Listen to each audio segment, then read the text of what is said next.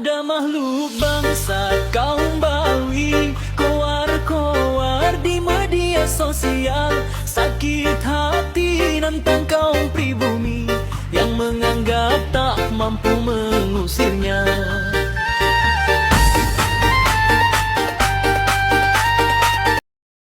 Entah itu dari kiai atau dari habaib.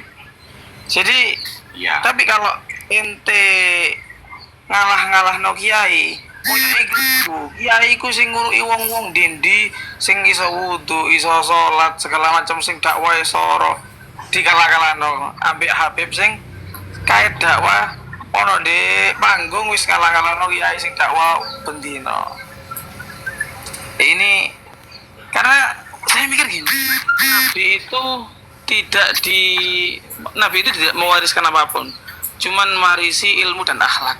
Dan setahu saya, bukan karena saya ta'assub kiai, setahu saya yang punya akhlak betul itu para kiai. Yang punya akhlak betul itu para kiai. Dan insya Allah tidak ada yang bisa ngalahkan kiai. Belum ada ya. Dari kalangan mereka kiai si sepuh-sepuh Gus Kausar bae lah paling ngekakan kabi Gus Kausar. Oke, begini Bang CJDW, begini ya. Oke. Saya mau menanggapi pernyataan sampean tadi. Kalau untuk membatalkan nasab Alawi, saya belum berani. Bukan berarti saya cinta atau saya mukibin. Begini. Oke. Betul. Pernyataan itu perlu saya luruskan. Bahwasanya yang membatalkan nasab Alawi itu ya bukan Kiai Imad. Bukan kita semua yang di sini, bukan. Tapi yang membatalkan nasab Alawi itu adalah Naqabatul Ashraf At-Talibiyin fi Alamil Islami. Ya, dalam kitabnya yang berjudul As-Suyuful Mujliyah. Nah, Kiai Imad itu menulis buku berjudul Menakar Keabsahan Nasab Alawi di Indonesia, Menakar Keabsahan Nasab Habib di Indonesia. Itu merujuk kepada kitab As-Suyuful Mujliyah yang ternyata sudah 3,5 tahun ini berjalan, mereka tidak ada yang mampu membantah isi daripada kitab As-Suyuful Mujliyah yang dikeluarkan oleh Naqabatul Ashraf At-Talibiyin fi Alamil Islami pada tahun 2017 yang kemudian dijadikan rujukan utama oleh Kiai Imaduddin.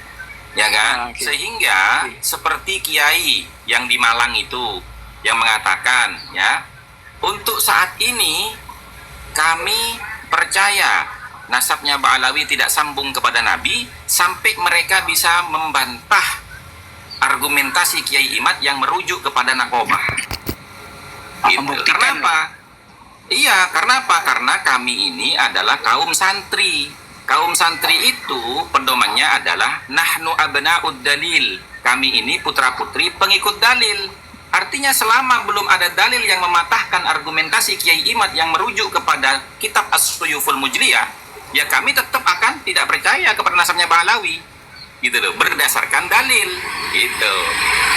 Karena apa? Karena sesuai dengan kaidah usul fikih, ya kan? Al-bayyinatu lil mudda'i. Ya kan? Bukti itu dituntut bagi orang yang mengaku. Atau di dalam kitab Tabaqat li Sya'rani, Tabaqatul Kubra li Sya'rani dikatakan kullu mudda'in mumtahanun. Tiap-tiap pengakuan itu ya harus diuji kebenarannya. Li'anna kulla da'wa, karena tiap-tiap pengakuan itu la yusahhu, tidak bisa dianggap benar biduni burhanin au dalilin, tanpa menyertakan bukti dan dalil. Begitu loh CJDW. Nah, kalau saya pribadi memang selalu dari dulu berpikiran ya apa ya, kok kayak tidak masuk gitu loh. Saya dari dulu kayak tidak masuk. Jadi kalau orang-orang sampai ngalah-ngalah no kiai, kok bisa cek kiai nega sing soro lah itu. Karena bagi saya itu gini, ini secara logika Nabi itu punya gen yang kuat, jelas lebih kuat dari gen-gennya orang yang lain lah.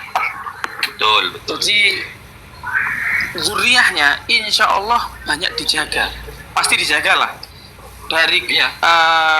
dari apa amaliyahnya juga ilmunya itu sesuai dengan doanya Nabi Ibrahim gitu loh.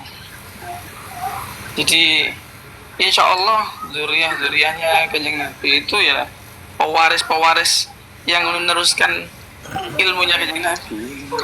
Ya kiai dakwah di mana-mana, Wali Songo dakwahnya berhasil kayak sekarang. Termasuk orang-orang di pedalaman ini dari saya yakin dari kiai. Tidak ada wudhu dari Habib ini, insya Allah tidak ada. Pertanyaannya Gus, kalau ada orang mengaku sebagai dzurriyyah Nabi, sedangkan sifatnya itu yang dikedepankan sifat madmumah, terus bagaimana itu Gus? Ya begini, ya kan? Jadi tadi sudah saya sampaikan panjang lebar, ya kan? Bahwasanya, ya kan? Ada orang di Indonesia ini yang mengaku sebagai dzurriyyah Nabi, tapi fikroh dan harokahnya itu kok bertolak belakang dengan ajaran Nabi, gitu loh. Sehingga di situ kami timbul pertanyaan, apakah benar mereka ini dzurriyyah Nabi? Sehingga dari pertanyaan itu kita melakukan cross check, gitu loh. Ternyata nasabnya tidak sambung kepada Nabi, kan begitu. Nah, seandainya pun nasab mereka itu bersambung kepada Nabi, ya kan? Seandainya nih nasab mereka bersambung kepada Nabi, ya kan? Tentu kita tetap tidak akan menerima perbuatan mereka yang melanggar syariat Nabi, kan begitu. Tapi intinya begini loh teman-teman ya, berdasarkan surat Al-Ahzab ayat 33 apa 32 itu lupa saya, apa 34 ya. Innama yuridullahu liyudhhiba ankumur rijsah ahlal baiti wa yutahhirakum tathhira.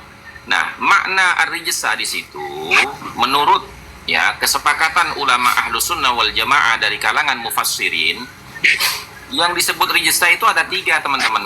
Kemunafikan, ya kan? Kemunafikan, dosa besar, kemudian kemurtatan atau kesyirikan.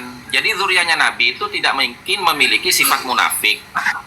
Dzurriyyahnya Nabi itu tidak akan mungkin berbuat dosa besar seperti membunuh, berzina, minum minuman keras, itu kan dosa besar semua tuh. Nah, apalagi sampai murtad jadi pendeta gitu loh.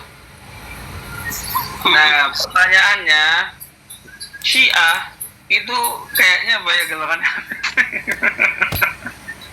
Syiah itu kayaknya tak ada kalau bicara itu CJDW sudah jelas, ya kan? Sudah jelas sekali mereka itu Syi'i, ya. Iya. Kalau sampean baca dalam kitab Ghayatul Qasdi wal Murad, ya, itu ada pernyataan mereka yang mengatakan begini, ma nambutu ashabi rasulillahi illa ala suhbah.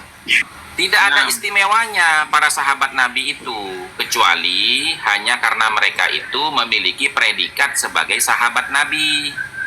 Walau kunna adroknahu, seandainya kami ini sezaman dengan para sahabat Nabi, lakunna min asbakihim, maka kami akan melampaui derajat mereka di sisi Nabi. Gitu loh. Nah, sekarang pertanyaan saya, yang suka merendahkan derajat sahabat Nabi siapa kalau bukan Syi'i? Iya. Kan gitu. Nah. Gitu loh. Ya. Tadi CJDW menarasikan yang sepuh-sepuh itu lewat sama Gus Kausar, maksudnya gimana itu? Maksudnya gini. Kan, jangankan kiai-kiai sepuh gitu loh, ya kan? Yang muda-muda seperti Gus Kausar saja itu Ba'alawi nggak bisa ngelampaui ilmunya gitu loh, apalagi akhlaknya gitu. Setuju. Boleh nambah ya, jangan ke Gus Kausar dulu lah ya, kalau urusan seperti itulah. Kalahkan kita yang ada di komal-komal ini dulu lah. Sombong sedikit kan boleh kan, ya kan? Betul. Sombong sedikit boleh dong. Karena apa? Ya, enggak betul Meteor. Betul Meteor, Nggak karena kok kita pede banget ini nih Kak Meteor ini. ketika bernarasi karena kita ini ketika bernarasi selalu menggunakan dalil dan bukti yang bisa dipertanggungjawabkan secara ilmiah, disebutkan nama kitabnya, halamannya, pengarangnya, disebutkan semua gitu loh, ya kan? Artinya apa? Kita ini cukup beradab di dalam berdiskusi dan berdebat. Kalau mereka kan tidak gitu loh. Ojo mantuk-mantuk toh aja Mas Satria ngomong Narasi liar, Gus. Narasi pakai pola pikir sendiri yang tak tidak besarkan, ada. tak besarkan biar ngomong. Kalau Tak besarkan. kalau saya Biar ngomong. saya ini Muhibbin, saya Muhibbin Syarifah. Iya. Kirain Pak, kirain Pak Ebri jenengan cucu Dewi. Istri saya yang kedua itu Asegaf. Berarti ya Nur ya jadi ningrat ya. Bisa pentai tolong ya jadi ningrat ya. Andi pengalaman.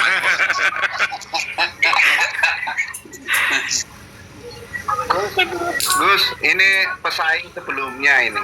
Sayang statusnya saya kan Halo Didi. aduh. Iya, jagain ayammu ya, jagain ayammu. Karena banyak serigala-serigala Kirain betina Satria yang Nusantara kelaparan kira-kira Didi. nggak kena report itu. Putrinya Enggak. nggak kena report kira-kira itu. Enggak apa, yang penting nggak nangis. Yang penting nggak nangis, yang penting nggak nangis. Ada pendamping orang dewasa aman. Iya, heeh. Iya. Ayo Bang Haji, jangan diam saja kau Bang Haji. Saya ini dari tadi menyimak, yang mana saya mempelajari pemahaman yang Gus Hasan sampaikan. Karena saya yang fakir ilmu ini pentingnya untuk mendapatkan ilmu pengetahuan di bidang agama. Itu yang satu yang perlu saya pelajari. Kedua, tentang adab. Saya yang sedikit kurang memahami tentang adab, cara berkata dengan cara menyampaikan sesuatu, standar ilmu pengetahuan itu penting saya pelajari dan saya simak.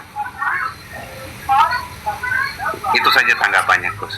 Saya ini nggak pandai ngomong, cuma pandai merayu saja.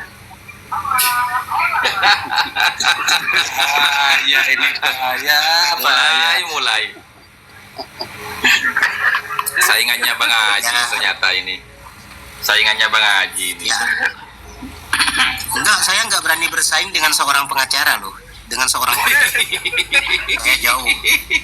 Enggak. Tapi kalau hanya retorika, insya Allah saya masih bisa untuk menghadapi beliau. Iya. Tapi kalau dari masalah hukum-hukum apa namanya, baik secara ya saya kurang begitu memahami karena bukan bidang saya di sini. Akan tetapi Allah berfirman di dalam surah As-Saffat ya kan ayat 97, ayat 96, wallahu khalaqakum wa ma ta'malun. Ya kan? Artinya setiap kita ini yang diciptakan oleh Allah, lalu apa yang kita akan kita perbuat?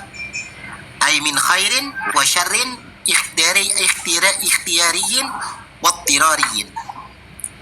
Ya kan? Wa laysa lil 'abdi illa mujarradin al-mailu halatul ikhtiyar. Kan begitu. Jadi manusia itu secara kesimpulan Allah telah menciptakan ini bukan tidak ada maksud dan tujuan yang terbaik. Bagaimana ketika kita ini diciptakan, kemudian ditaruh di atas muka bumi ini, ya harus mempunyai ikhtiari, itu loh. Baik itu dari segi kebaikan ataupun keburukan. Lalu bagi orang-orang yang betul-betul dibekali dengan akal yang sehat, akal yang bersih, maka tentunya kemudian orang tersebut akan mempunyai ikhtiar secara khair, secara baik. Lalu apa koneknya terhadap hal ini? Ialah kita harus betul-betul menggunakan segala sesuatu yang betul-betul Allah telah sediakan dengan secara format yang baik.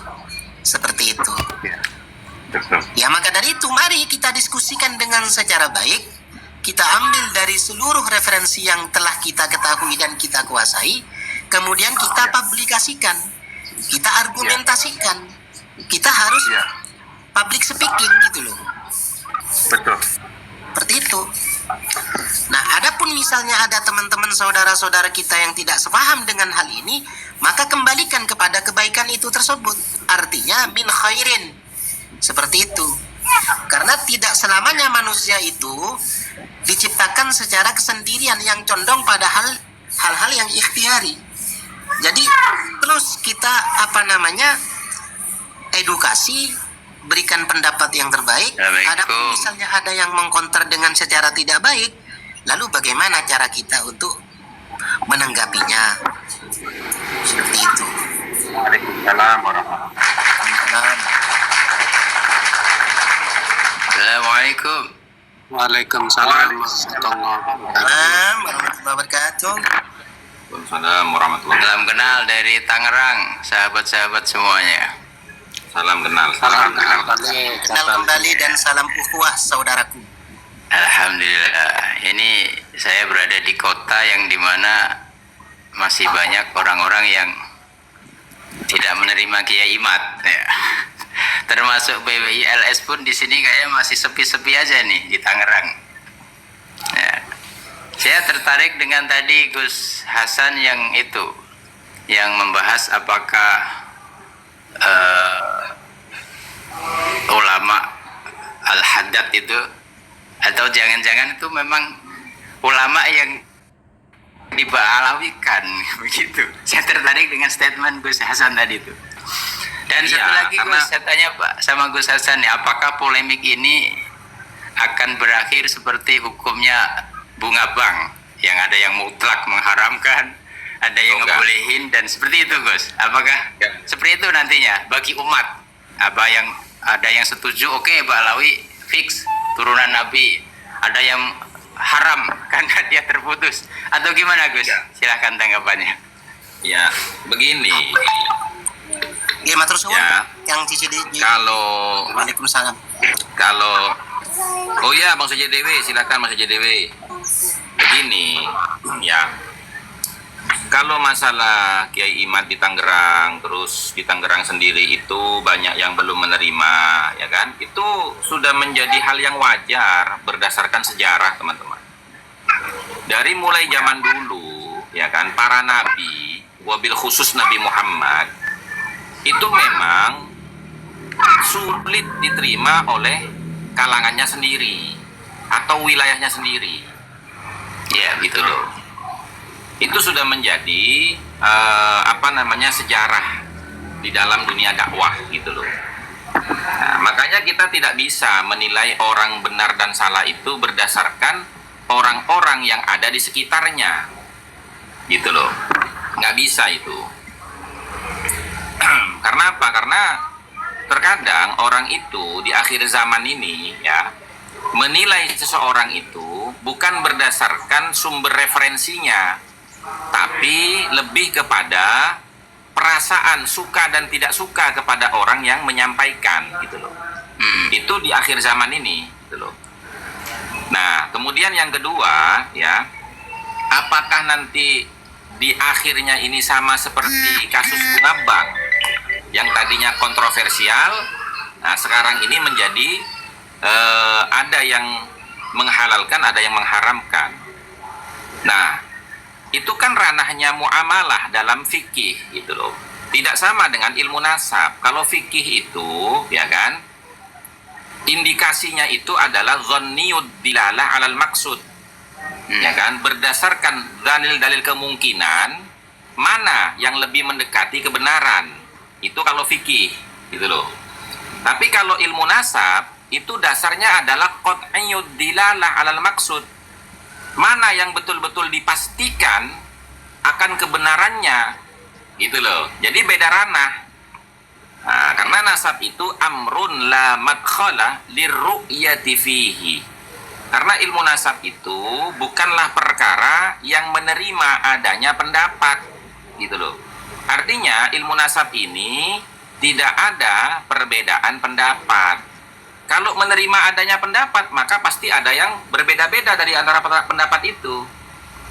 Nah, kalau ilmu nasab tidak seperti itu. Ilmu nasab itu ya sumber referensinya harus jelas, berdasarkan catatan yang valid, yang disepakati oleh para ulama ahli nasab, gitu loh. Seperti itu. Makanya di dalam kitab Rosail itu dikatakan wala qimata lisyahadati syaddah. Tidak ada gunanya, tidak ada artinya, tidak ada nilainya persaksian-persaksian yang syaddah, yang keluar dari metodologi pengisbatan nasab. Begitu.